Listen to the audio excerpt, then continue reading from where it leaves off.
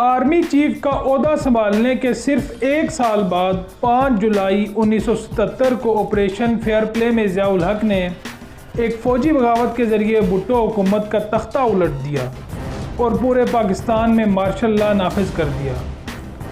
दूसरी तरफ आलमी मंजरनामे पर दूसरी जंग अजीम के बाद अमेरिका और सोवियत यूनियन के दरमियान सर्द जंग का आगाज़ हो गया था। अमेरिका सरमायादाराना ब्लॉक जबकि सोवियत यूनियन कम्युनिस्ट ब्लॉक की सरपरस्ती कर रहा था। इसी सर्द जंग की कशमकश में 1979 में सोवियत यूनियन अफ़गानिस्तान आ पहुंचा और इस दौरान अमेरिका ने सोवियत यूनियन को अफ़गानिस्तान से वापस निकालने की कोशिशें शुरू कर दी, जिसमें पाकिस्तान ने आलमी सरमायादाराना ब्लॉक का साथ दिया जिसकी सरपरस्ती अमेरिका कर रहा था। इसी दौरान बैरूनी अमदाद का एक बड़ा हिस्सा सोवियत यूनियन के ख़िलाफ़ फ्रंट लाइन पर खड़े होकर हासिल किया गया। अफ़गानिस्तान में अमेरिका का साथ देने के साथ साथ ज़िया-उल हक ने जुल्फ़िकार अली भुट्टो के नेशनलाइजेशन प्रोग्राम को ब्रेक लगाकर रिवर्स कर दिया। इसके साथ साथ इकॉनमी की इस्लामाइजेशन और लिबरलाइजेशन का आगाज़ हुआ। ज़िया हुकूमत ने इकॉनमी की लिबरलाइजेशन और इस्लामाइजेशन के लिए कौन से इक़दाम किए? इस दौर में फ़ॉरेन रिमिटेंसीज क्यों और कैसे बढ़ गई थी? ज़िया दौर में किस तरह और क्यों अंडरग्राउंड इकॉनमी परवान चढ़ी? मैं हूं हमजा आदिल और इकनॉमिक हिस्ट्री ऑफ पाकिस्तान की चौथी वीडियो में हम आपको यही सब कुछ दिखाएंगे।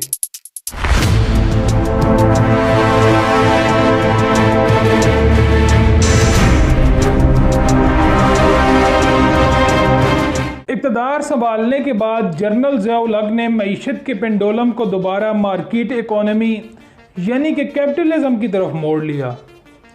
इस सिलसिले में ज़िया-उल हक ने अहम पॉलिसियाँ मुतारिफ़ करवाईं जिनमें इदारों की निजकारी और डीरेगुलेशन शामिल थी।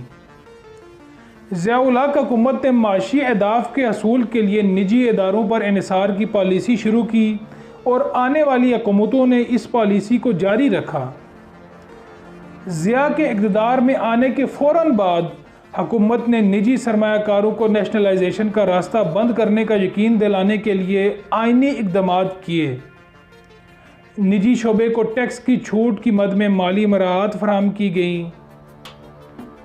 इक़्तिदा में निजी शोबे का रद्द-ए-अमल बिलखसूस लार्ज स्केल इंडस्ट्रीज़ का बहुत मोहतात था, लेकिन स्मॉल इंडस्ट्रीज़ का रद्द-ए-अमल इन मराहत को लेकर मुस्बत था। इन्हीं माली मराहत की वजह से ज़िया दौर में छोटी सनत जैसे लेदर प्रोडक्ट्स, सर्जिकल आइटम्स और स्पोर्ट्स गुड्स ने तेज़ी से तरक्की की। मजमूई तौर पर निजी सरमायाकारी 1980 में 33% से 1989 में 46% हो गई। ज़िया ने कंपनियों को इनके साबका मालिकान के हवाले करके भुट्टो की नेशनलाइजेशन की पॉलिसी को तब्दील करना शुरू किया। हुकूमत ने निजी शोबे के लिए मुनाफा बख्श माली और गैर माली फ़वाइद के साथ लिबरल माशी पॉलिसियाँ मुतारिफ़ कराईं। मार्केट इकोनॉमी की पॉलिसी को नाफिज करने के लिए हुकूमत ने 1980 में IMF के साथ 3 साला माहिदे का आगाज़ किया। प्राइवेट सेक्टर की नेशनलाइजेशन के ख़िलाफ़ तहफ़्फ़ुज़ात को दूर करने के लिए कारोबारी माहौल को मजबूत किया गया। सनती जोन का क़याम, फ़ॉरेन डायरेक्ट इन्वेस्टमेंट की हौसला अफजाई, नई टेक्नोलॉजीज़ को अडॉप्ट करना, रोज़गार के नए मौके पैदा करना, स्किल डेवलपमेंट जैसे इक़दाम एक्सपोर्ट बढ़ाने के लिए किए गए। फिर भी इसकी खातिर ख्वाह नताइज नहीं आ सके। एक्सपोर्ट पर सब्सिडी देकर हुकूमत ने एक्सपोर्ट को बढ़ाया, जिसने दहाइयों के बाद फ़ॉरेन करेंसी के लिए मुल्की दरवाजे खोल दिए। ज़रूरी पैदावार की एक्सपोर्ट पर बरामदी सब्सिडी 7.5% से बढ़ाकर 12.5% तक कर दी गई। इन पॉलिसियों के बावजूद हुकूमत ने 1980 की दहाई में बतौर पब्लिक सेक्टर एक बड़ा माशी किरदार अदा करना जारी रखा, जैसे कि मैन्युफैक्चरिंग का एक बड़ा हिस्सा पब्लिक सेक्टर के इदारों की तहवील में था।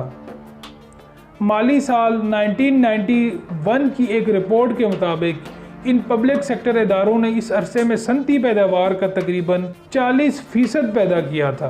मईशत की इस्लामाइजेशन ज़िया हुकूमत की एक और पॉलिसी थी जून 1980 में ज़कात और उशर आर्डीनेंस जारी किया गया। इस आर्डीनेंस के मुताबिक हर मुसलमान शहरी से इसके माल पर 2.5% ज़कात लागू की गई। उशर ज़मीन की पैदावार पर 5% टैक्स है जो ज़िया दौर में लागू किया गया। उशर ने सूबों की तरफ से लगाए गए साबका ज़मीनी टैक्स की जगह ले ली। उशर की आमदनी मकामी ज़रूरतमंदों को ज़कात कमेटियों के ज़रिए दी जाती थी। ज़िया-उल हक हुकूमत ने पाकिस्तानी तारीख़ के 5वें और छठे 5 साला मंसूबों की बुनियाद रखी। 1978 से 1983 तक की मुद्दत के लिए 5वां 5 साला मंसूबा शाया हुआ, लेकिन हुकूमत इस वक्त के गैर यकीनी सियासी सूरत-ए-हाल और माशी हालात की वजह से इस मंसूबे को आगे नहीं बढ़ा सकी। छठा 5 साला मंसूबा 1983 में सामने आया, जो अगले 5 साल 1983 से 1988 तक के अरसे के लिए था। हुकूमती कोशिशों और बैरूनी इमदाद की वजह से ये मंसूबा कामयाब रहा। 1980 की दहाई के अवाइल में ज़िया हुकूमत ने प्लानिंग कमीशन को एक मुअस्सर और मुस्तनद माशी फैसला साज इदारे के तौर पर बहाल करने के लिए इक़दाम किए। इस दौर में प्लानिंग कमीशन ने इक़्तिसादी मनसूबाबंदी को मुअस्सर तरीके से मुरतब करने और इस पर अमल दरामद कराने में अहम किरदार अदा किया। प्लानिंग कमीशन ने न सिर्फ 5 साला मंसूबे बनाए बल्कि सालाना मंसूबे भी जारी किए।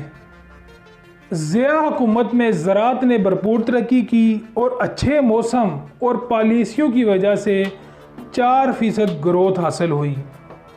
गंदम, चावल, कपास और गन्ने की रिकॉर्ड पैदावार माली साल 1981 और 1982 में हुई। हुकूमत ने गन्ने की अच्छी पैदावार की वजह से चीनी पर कंट्रोल ख़त्म किया। एग्रीकल्चर सेक्टर को भी लिबरलाइज़ किया गया और शुगर, फर्टिलाइज़र और पेस्टिसाइड्स इंडस्ट्री को डीरेगुलेट किया गया। फर्टिलाइज़र और पेस्टिसाइड इंडस्ट्री की सब्सिडी और निजी शोबे को खुर्दनी तेल की दरामद पर आयद पाबंदी को ख़त्म कर दिया गया। चावल और कपास की बरामद करने वाली कंपनियों की अजारादारी को ख़त्म किया गया। Agriculture development bank of Pakistan के ज़रिए ज़री कर्जा जात की फरामी को आसान बनाया गया।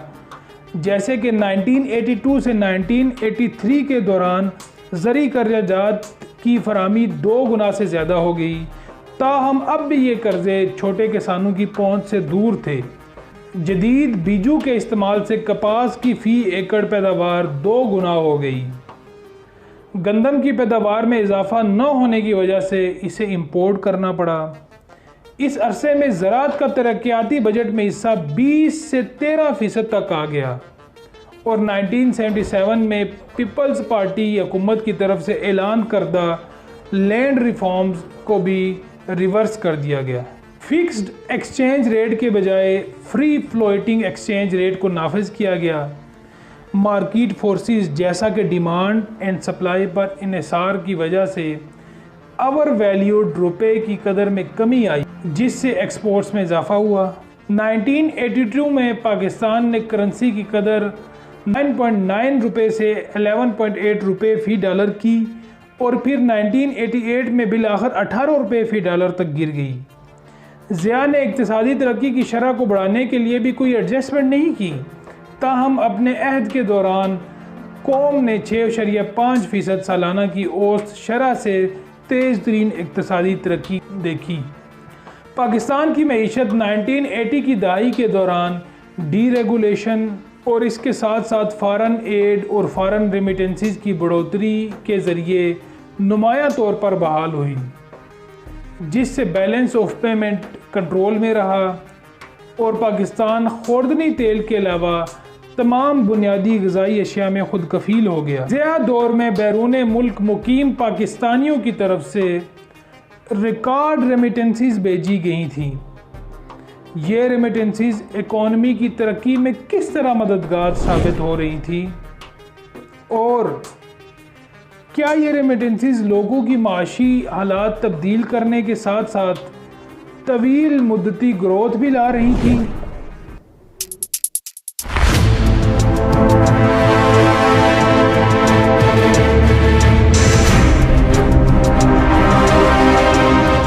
ज़िया ज़िया दौर फॉरेन रेमिटेंसीज के लिहाज से एक सुनहरा दौर समझा जाता है। बैरून मुल्क मुकीम पाकिस्तानियों की तरफ से तरसीलात ज़र में इजाफ़ा ज़िया हुकूमत के पहले साल के साथ ही हुआ और इसे ज़िया दौर की सबसे अहम इक़्तिसादी तरक्की समझा जाता है। ये तरसीलात 1980 की दहाई में औसतन हर साल 3.2 अरब डॉलर थी, जो कि मईशत के हजम के लिहाज से काफ़ी ज़्यादा थी। ये रेमिटेंसीज GDP का 10%, करंट अकाउंट के इनफ्लो का 45% और कुल ज़र मुबादला का 40% थी। 1984 तक ये तरसीलात पाकिस्तान के लिए ज़र मुबादला कमाने का सबसे बड़ा वाहिद ज़रिया थी। इन तरसीलात के ज़रिए तजारती खसारे का तकरीबन 86% फाइनेंस किया गया और सेविंग्स और इन्वेस्टमेंट के दरमियान 6% गैप को ख़त्म किया गया। ये इनफ्लोज पाकिस्तान को मिलने वाली बैरूनी इमदाद से 4 गुना ज़्यादा थी। 1981 से 1987 तक $1 बिलियन सरमाए की बाहर मुंतकिली को इन्हीं रेमिटेंसीज ने पूरा किया था।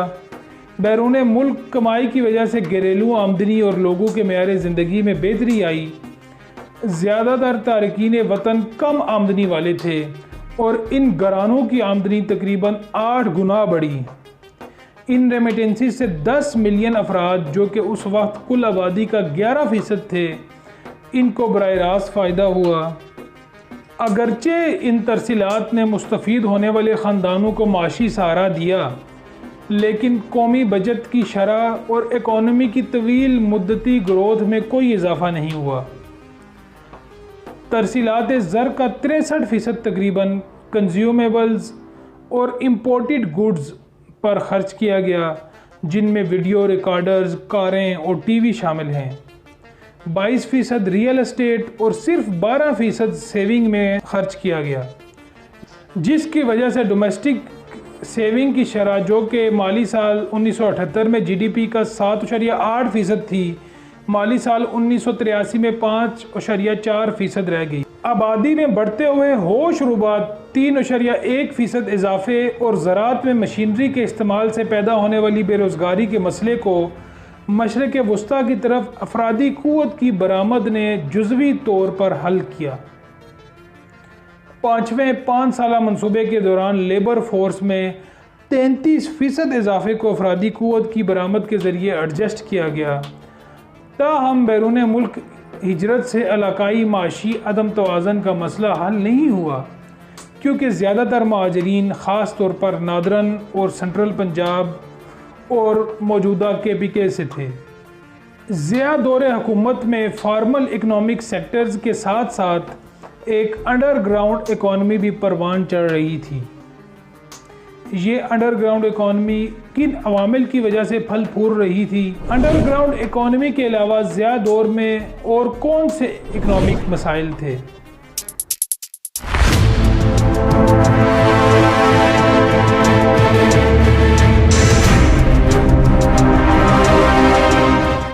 ज़िया के सालों की बदतरीन लेगेसी अंडरग्राउंड या ब्लैक इकॉनमी का फ़रोग़ था, जो कि GDP का 20 से 30% था। इस मईशत में फलती फूलती ब्लैक मार्केट, स्मगलिंग, मंशियात की तिजारत, हथियारों और असले की फ़रोख्त शामिल है। सिर्फ मंशियात की तिजारत की सालाना मालियत का तखमीना GDP का तकरीबन 8% लगाया गया है। ज़िया के सालों के अहम माशी मसाइल में से एक करंट अकाउंट डेफिसिट और बैलेंस ऑफ पेमेंट के मसाइल थे। ज़िया दौर में फ़िस्कल डेफिसिट में भी इजाफ़ा हुआ।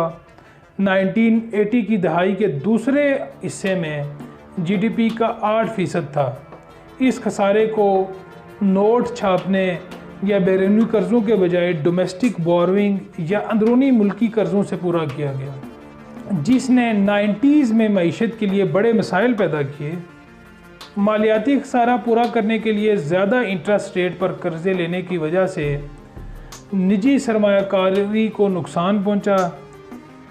मज़ीद समाजी शोबों को नज़रअंदाज किया गया, जैसे कि तालीम का बजट माली साल 1977 में GDP के 2.1% से कम होकर 1983 में 1.5% रह गया था। ज़िया के दौर में सबसे ज़्यादा मुस्तफ़ीद होने वाला तबका देहाती उमरा थे, जो अपनी आमदनी पर टैक्स से बचने के साथ साथ और ज़मीनी इस्लाहात के कानून को मनसूख करवाने में कामयाब हो गए थे। मजमूई तौर पर 1979 और 1985 के दरमियान सबसे निचले 40% की आमदन में 80% इजाफा हुआ और टॉप 20% की आमदन में 94% इजाफा हुआ, जबकि 10% अशराफिया की आमदन में 100% इजाफा हुआ, जिसने बैक वक्त आमदनी में अदम मसावात में इजाफा और गुर्बत में कमी की। नाजरीन, इकनॉमिक हिस्ट्री ऑफ पाकिस्तान की बाकी वीडियोस देखने के लिए यहाँ पर क्लिक करें। अगर आपने हिस्ट्री ऑफ वुमेन सीरीज़ की वीडियोस नहीं देखी तो यहाँ पर क्लिक करें।